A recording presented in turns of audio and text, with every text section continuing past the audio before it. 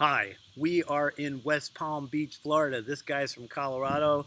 I'm from sort of from New Jersey and Kentucky and what have you, St. Petersburg. And here at this gathering of the Last Reformation, we meet the kind of people that you wish could like live in your neighborhood because they're great people.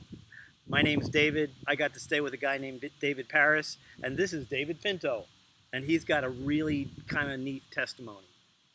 All right, thanks, David.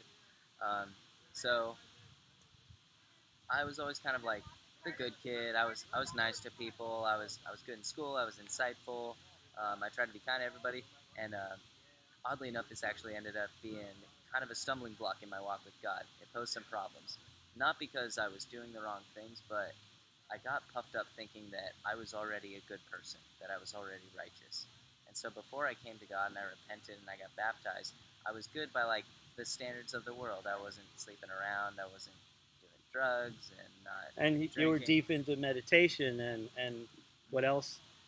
Yep. Like, Yep, I'd studied into Buddhism and Taoism, some of the New Age principles on universal spiritualism. Was doing meditation techniques to kind of reprogram my brain and master my habits and generally become a better person.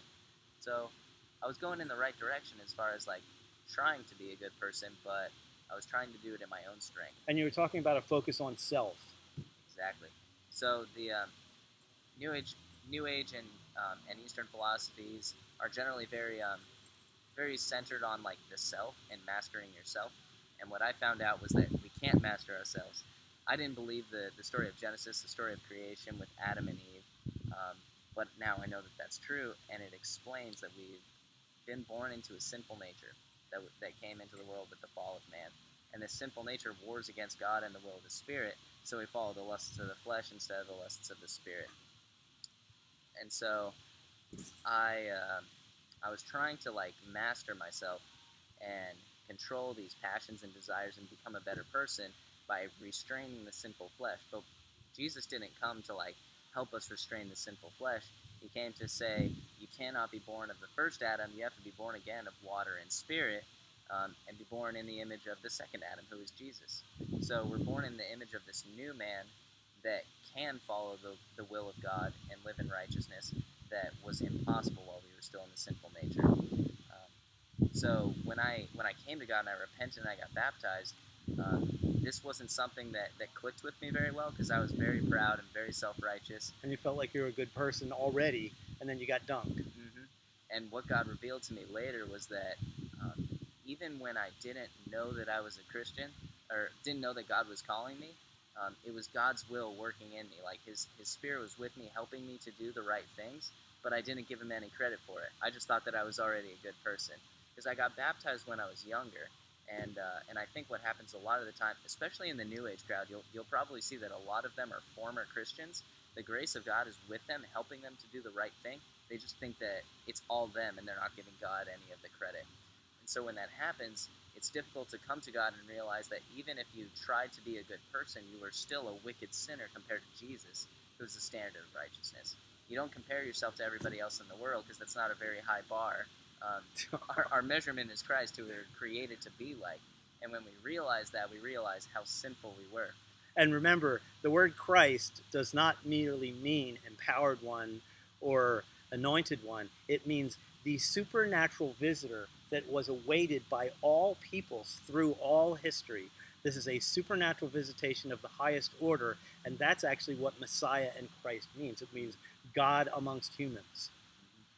And so I repented, I got baptized, and I experienced God. I was being led by the Holy Spirit, but I was not totally filled, and I had poor discernment because when I got baptized, I had this proud and unrepentant heart thinking that I was already pretty good.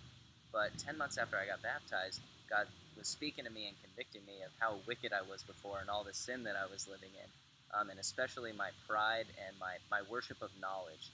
I was thinking that I was better than everybody else because I could fit more information in my head. But that's not what's glorified in God's kingdom. We have to be like a child to enter into God's kingdom, and that's not about intellectual ability and academic prowess, the things that the world espouses. God's kingdom is about faith and humility like a child. So God had to lead me to